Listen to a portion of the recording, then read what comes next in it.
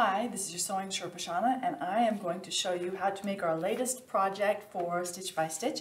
I have assembled my handle pattern, the bag pattern, outside fabric, and inside fabric. There, all right. So I am using this cactus for my applique, and you don't have to do an applique, obviously. And I'm just going to do a little window into the fabric, so I'm just going to use like half of this. Then my handles, I have this scrap of rust colored, and oh, it's just a little bit short. I wonder if I could do two side by side. Now my selvage is actually this direction, so I would want to have it this direction, but I obviously don't have that much fabric, so length direction is what we want, but if we can't, then we can do it cross. We just can't do it on a bias, right? Okay, so now I'm gonna need my chalk, and I'm gonna trace around it. Again, you can draw directly on your fabric using a ruler. You don't have to have a pattern. You don't have to have chalk. These are rectangles. You could, you know, find something in your house that's got a rectangle in it. And figure out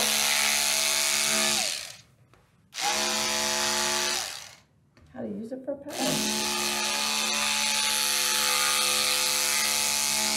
All right, handles cut. Applique prepared. Open this up.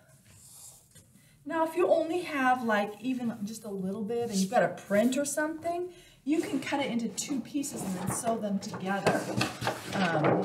You know, it's called upcycling. You find a skirt, you make it work. This is not that much fabric, right? It's just a square yard. So two of my edges are super square already. I'm just going to use them. Why? Oh, whoa, what's going on here? Oh, it is already cut like all the way up into there.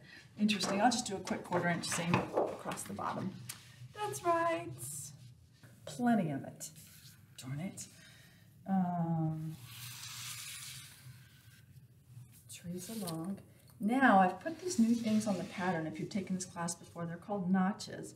And they're going to help us. We don't have to get out the measuring tape to measure things. Haha, one of my little cuts is right on a notch. So I'm just marking it with a little bit of chalk. All of those notches. And let's see if the shears still work. What do you know?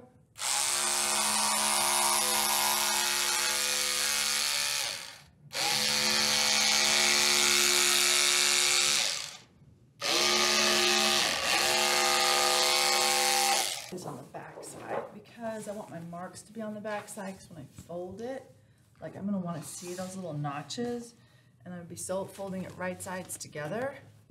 So I'm going to put this on the wrong side of the fabric and make it easy on myself. Awesome. Okay, trace around.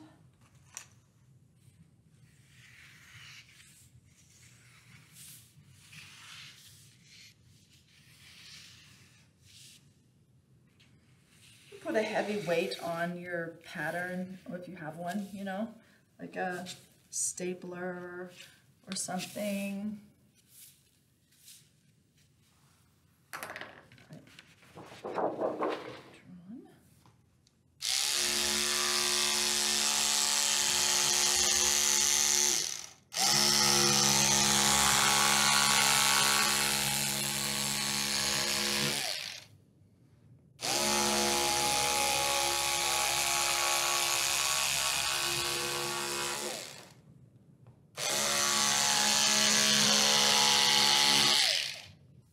So the handles, you fold them in half, right sides together. That means the side you like, not right and left, but the side you like together. Put in as many pins as you need. I'm making 2 of those. Again, you can make the handles as long as you want and as wide as you want. There's no rule for handles. There's, you know, things you're going to learn if you make them too wide or too long or too short or too narrow, but there's no rules. No rules. Okay, so those are ready to go. Now, if you're going to do an applique, which I have this applique, and I don't really actually even want to do an applique on this one, but I do want to show you how it's done. Basically, you want to pick a spot that's not going to end up on the side. So 3.5 inches of this is going to be on the side because, well, it's going to be 7 inches wide at the base, right? So 3.5 and 3.5, and then I know I've got 7 inches down here, these parts that I marked. So I'm guessing like this is kind of my area where I can do an applique. And here is my applique piece. Now if you'll notice, this is upside down and this is upside down. It's a one-way print, so the print's going up to towards the top of the bag. And that's kind of where I'm going to put it. And I think I'm just going to like do a little window to a few cactuses. I think that'll be cute. Maybe right there. I'll do them around here. I'm going to capture these ones around here. So I'm going to pin this into place. And head over to the sewing machine to create my applique.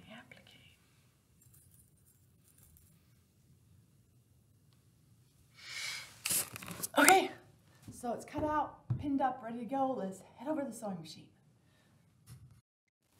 Okay, so I'm over at the sewing machine and I'm going to be sewing a little scawampus so that you can, see the table and the machines. There might be a little bit of moving around and stuff, but we're here. All right, so first thing, what I want to do is I want to fix that little slit here on the side.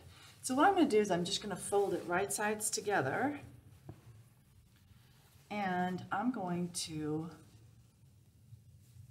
throw it under the needle and do just a really, it's going to be like a tiny dart. There we go. So I'm sewing just a little bit here.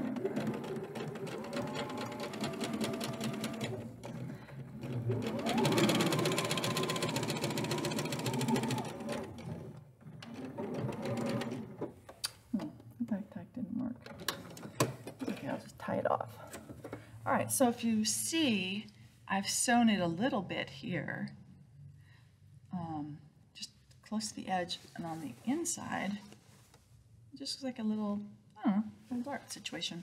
Already, my pins are perpendicular to my seam, so to make it easy, and I'm going to, put that on there. I'm going to sew 1/2 inch down each side.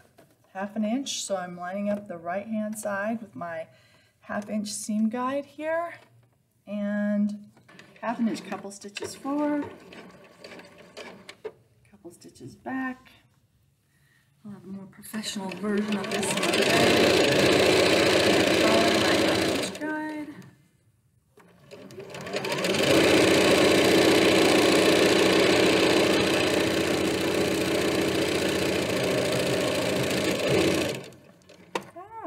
Right over my pin.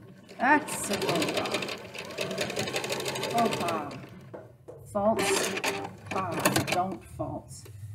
Faux pas. That's French. Don't false. That's funny that we say faux pas. It literally means don't French. I mean, don't false. And I'm going over my little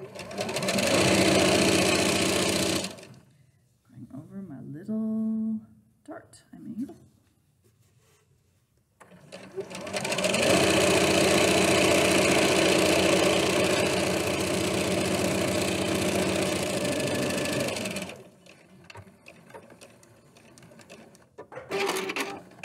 Back tacking, don't forget it. All right. So, I have now my little stand down there. All right, sewn the sides, right? I'll show the other side. So, if you look at this, I still have my little teeny tiny chalk mark there and my chalk mark there. So, what I'm going to do is I'm going to take my bag, I'm going to open it up like we did, set it down on the table.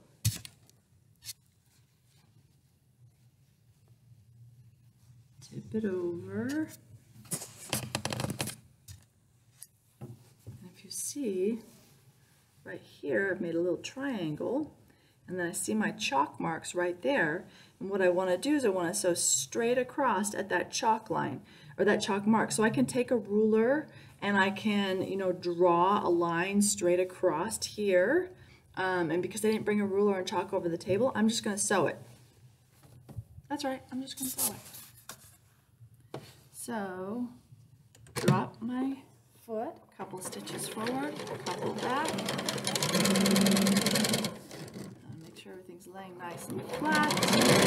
The seams are tipped to one side.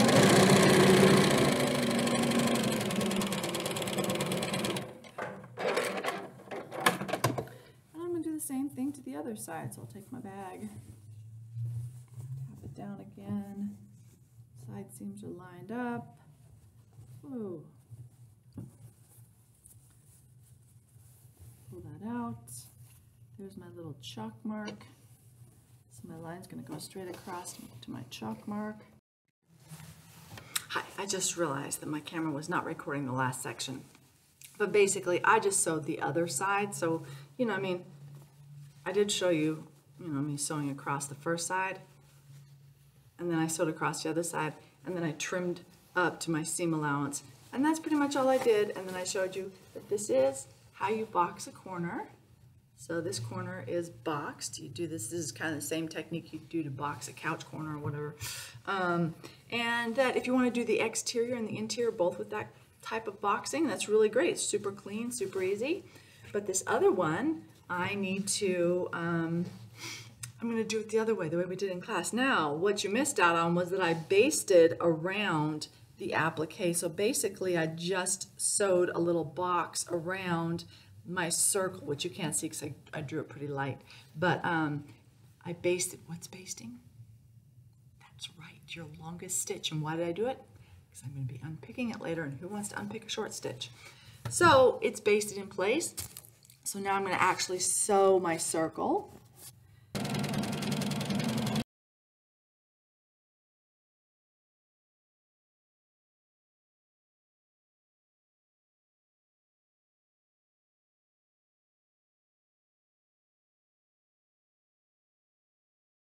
Done. I'm going to give a little back tack just for fun and take it out. But I am going to get rid of my little basting stitches before I flip it out because it's just easier to do it now. Now, did you see how I did that? I grabbed onto the thread and I broke it, pulled it apart, grabbed onto the thread and broke it. This is how tailors unpick because they're always unpicking. Because if you think about it with like a suit jacket or something, like you baste everything together, you get things to work, you stretch them out, blah, blah, blah. It's just a constant stream of sewing and unpicking.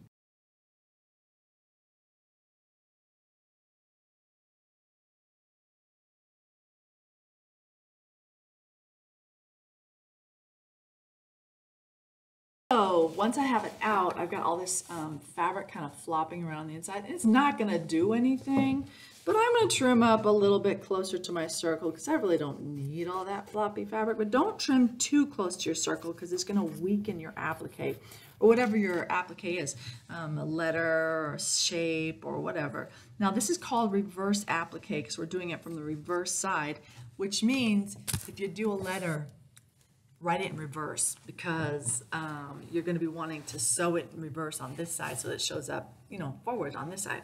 How many times have I not done that? All right, so that's ready. Now I'm going to sew the back. So I fold it in half, right? Then I find those little marks that are 3.5 inches up. Boom, right here. And there should be one over there, but I don't know where it went. Probably rubbed off. There it is. So I've got my 2 marks lined up on that side, and then I've got them lined up on this side. And now I'm going to do that M thing where I take one of the marks and I grab onto them here and I bring them to the other mark. So now these marks are lined up with these marks. And these marks are lined up with these marks. And my center is in the middle. So it looks like a little M sandwich, or is that a W? Anyways, I'm back over the sewing machine, gonna sew a 1/2 inch seam allowance down both sides. Again, thread, de-thread. I don't care. I don't care. I don't care. Come on, reverse button, work. I swear, this machine, the reverse button sometimes just is like, I don't know, I don't want to go in reverse. I went in reverse yesterday. All right.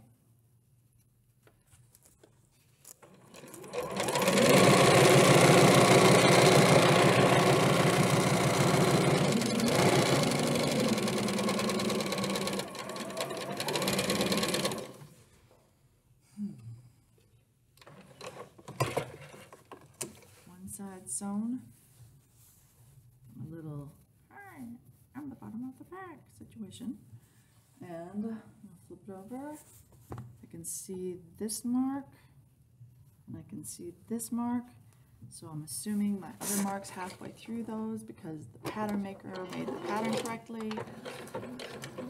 Back stitch, and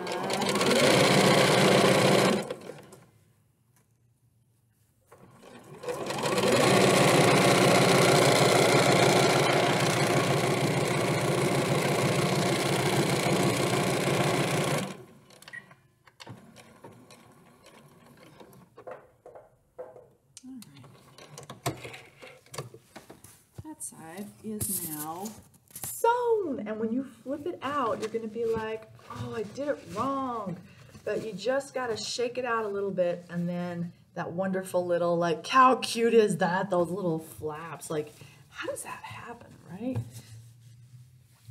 The geometry of straight lines going. So this is like your last opportunity. Actually, we've got to make this not really your last opportunity. We've got the handles. So the handles, 1/2 inch seam down both sides. They're already pinned. And then I got to flip them out. You can do 1/4 inch seams on handles. If you ask me, I feel like 1/2 inch is a little bit of overkill.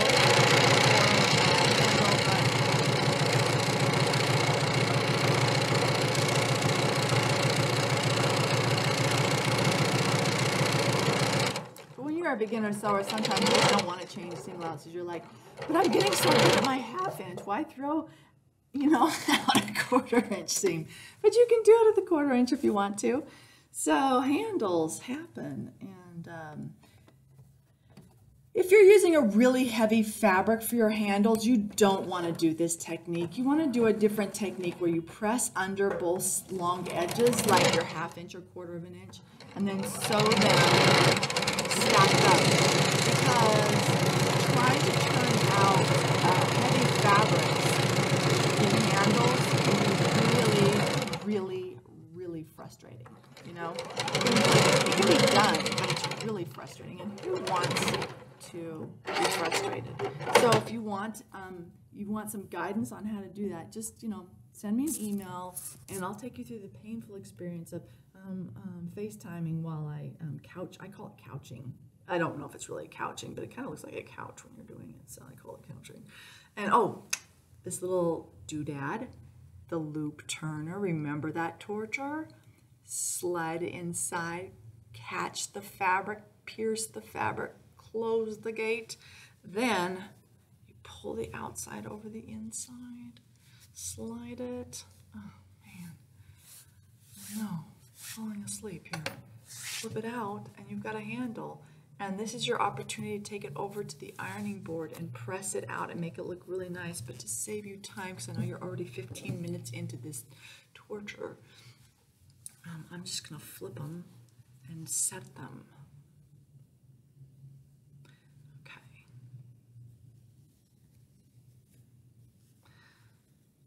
Yeah. I'm going to slide the outside over the inside, and there. I got 2 handles. I'll press them later because I do like a good pressed handle. I think it looks so nice. But I'm going to handle them in a certain way as I'm putting them in that it should make it pretty easy for me to carefully press them later. Yeah. Okay, so now I've got the inside, the outside, the handles, the applique. So I need to sew these right sides together. So I've got this one right side out. I know because like the seams look good. And I've got this one right side out. So there's no way these can be right side together, right? So I have to choose one or the other to flip inside out. So I'm going to flip the lining inside out. So now I can put this lining over top of this, or I could have put this over top of the lining if I had flipped it out. It doesn't really matter which one. And line the sides up here. And I'm going to sew all the way around the top, and then I'm going to be really upset with myself because my handles aren't in there. So, handle situation. What is our handle situation? So, I need to set my handles on either the lining or the self. It doesn't really matter which one, but I need to do it about halfway. So, I'm going to line up my side seams. And then all of a sudden, I have found halfway on my lining or my self, and I'm going to stick a pin in one or the other, and I'm just going to draw on the self because I am. So that's halfway. Now I'm going to set these handles so that the seam is towards the center, so when it flips out, you know, like it's tidier that way. And I can set them out as far from the center as I want, or as close as I want. It just has to be the same on both sides, or you'll have like a lopsided bag, right? So let's say I choose this spot. I pin it into place, and again, you'll notice that I'm pinning down into the bag because later I'm going to flip it out and it's going to be up, but down towards the bag. Then I'm going to take my other side and I'm going to make it equal distance from the center just by folding this over, and then like, oh, I'm lining it up with this. So now I know that those two are the same distance from the center, and I didn't even have to use a tape measure, right? There was no tape measure involved to set these. I didn't use a single number. I think that's a little bit too far out. So I'm going to mark this and do one. I'm going to set the middle of that where the edge was. Mark this with my finger and set the middle of that where that was. Yeah, I like that better. All right, so now it's total aesthetics. It's total subjective. It doesn't really matter. You can do it wherever you want. So now on the other side, I don't have to do any measuring or anything. I just have to make sure my side seams are lined up, right? And then I can just line that up to that. Pin it. Make sure I didn't do my smiley incorrectly. No. And pin that over here. No more free range pins on the table. All right. So now they're in place, and I actually want to sew them into place because I don't want to have to struggle with this my next time around. So I'm just gonna, head over to the sewing machine again. My Skawampa sideways sewing machine is so much fun sewing sideways. And I'm going to basically just kind of tack them to the top edge. And it doesn't really matter how deep it is, as long as our top seam allowance is a 1/2 inch. So anything less than a 1/2 inch is not going to show later. And I'm not really bothered back tacking because this is going to get sewn over 2 or 3 times. So if you'll see, it's just kind of tacked to the top edge, straight in line. Same thing on the other side. Wake up! Wake up! Should have told you to get a cup of coffee before you signed up for this one, huh? All right.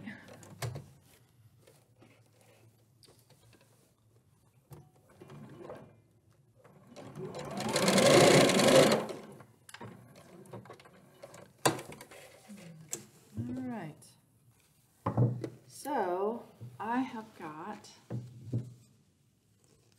a lot of fraying up here, and it doesn't look very professional. All the handles are, oh my gosh. Is this gonna really work out? I don't know. I gotta get home and run my dog around.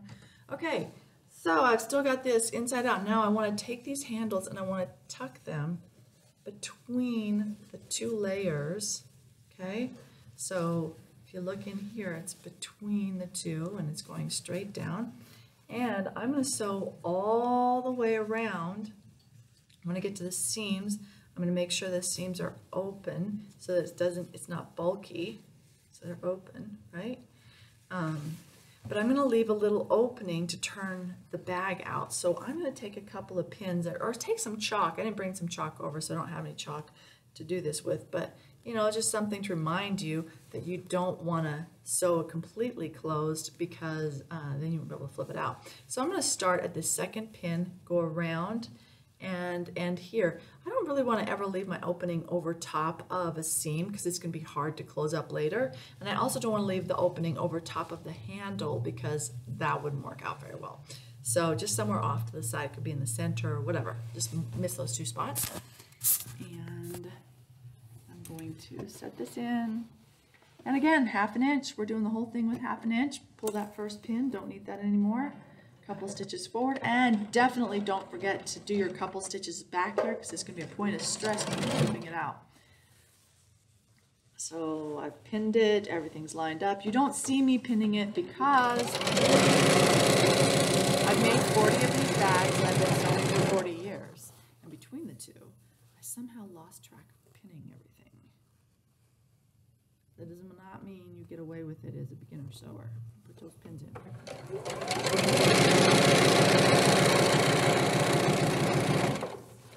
I like to pin, instead of like starting at one end and pinning around, I like to like pin the side seam to the side seam, you know, center to the center, maybe pin the handles and then fill in, because usually when you pin from one end and then go all the way around to the other, you notice I opened up my seam so that I sewed over it flat.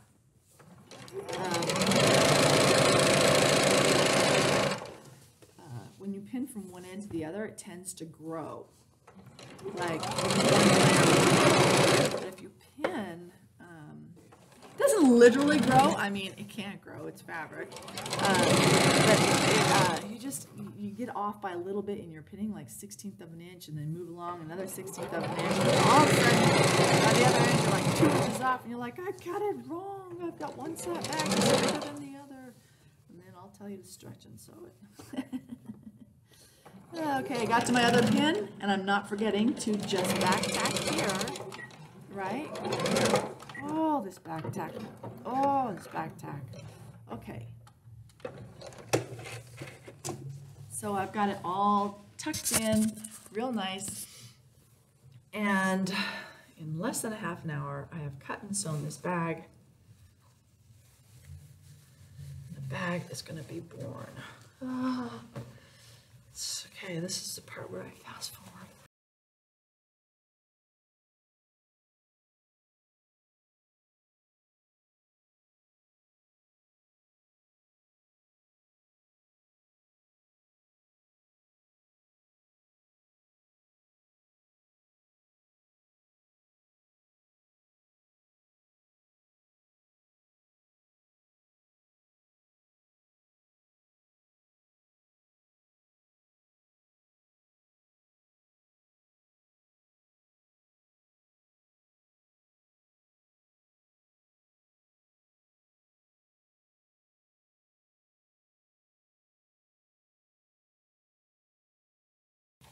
Still today.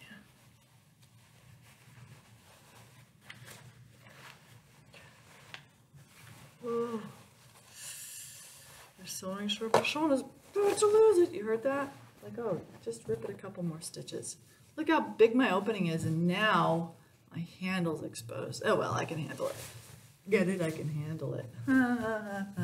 All right. So last step here is you got to open up. You got to close up that giant gaping hole at the top. That did not need to go down that way. You know what I mean? Like, I know how to flip this out. My brain's just somewhere else. So I'm going to trim up a few threads. I'm going to pull myself together. So I know that this seam allowance is 1/2 of an inch. So I've got 1/2 of an inch that I can turn under. I'm not going to start over there where that big gaping hole is, though. It's never really good to start at the big gaping hole. You want to start somewhere else. And you can take it over and press it really nicely so that you've got both sides super evenly lined up. I'm, of course, going to skip that step. And I'm going to go around the top, and hopefully you'll be able to see when I get over the big gaping hole. So some girls in the last class, they used a fancy stitch for this final wraparound, and it looked so cute, especially because they, like, two of them changed the color out for their bobbin thread. So they had the bobbin thread one color that contrasted with the fabric, and then the top thread another color, and it's really cute. But I'm just going to do a plain old straight stitch because I'm highly irritated right now. And I might increase my length up to like 3.5 or something because I like a longer top stitch around the top edge. It's just an aesthetic thing. And I'm rolling it slightly to the inside so I can see that outside fabric. And when I'm crossing over the handles here, it's actually reinforcing the handles. So this is going to be like my third pass over the handles, which will help improve the strength of it, right? Which is important. All right. I'm going to be up late editing this puppy for sure. Oy.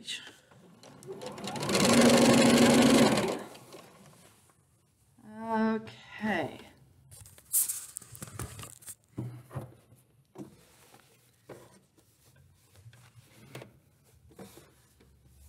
Trying to get into it. Whoa.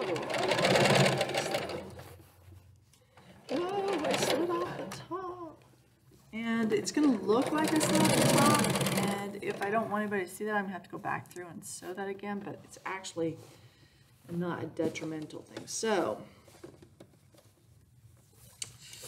I'll just let it be imperfect, like the Japanese like things. You know, it's so funny they have a word for, you know, like embracing the imperfection of things, etc., etc. But have you ever seen anything Japanese that didn't look perfect? I'm like, they're really good with precision sewing. Okay, so I'm going to be going, I'm hoping this is in focus, I'm going to be going over that giant gaping hole right now.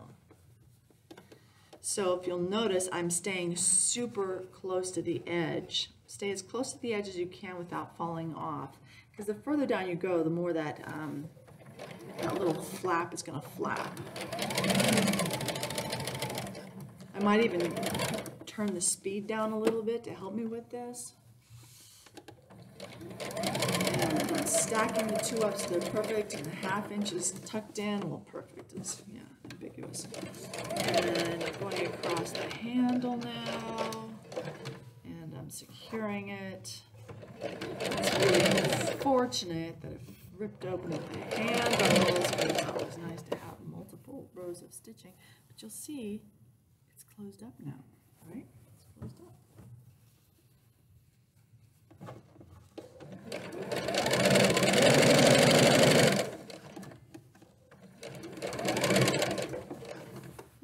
You're sewing Sherpa Shauna. Makes mistakes sometimes. Oh my gosh. Understatement of the decade. I actually get myself into pickles all the time. It's just going to happen. The more you do things spontaneously and on your own and without instructions and stuff, the more likely you are to get yourself in a pickle. Okay, all right, my bag is done. Cute, huh? Turquoise on the inside, rust handles. I got this vintage stripe going on. The only thing that would make it cuter is a nice little reverse applique situation here. Oh, that's right, I set myself up for fun. I've got this little thing here. It's a circle I sewed. I'm going to pull the lining in the back and the applique. I think the hardest part is to get the applique to get away from it. I got everything away from it. Fingers crossed. I'm going to cut into it. Hopefully I'm just cutting through the exterior, and I am. Oh, sweet. So now I'm cutting over to the edge. And kind of cutting up close to my little small stitched circle. And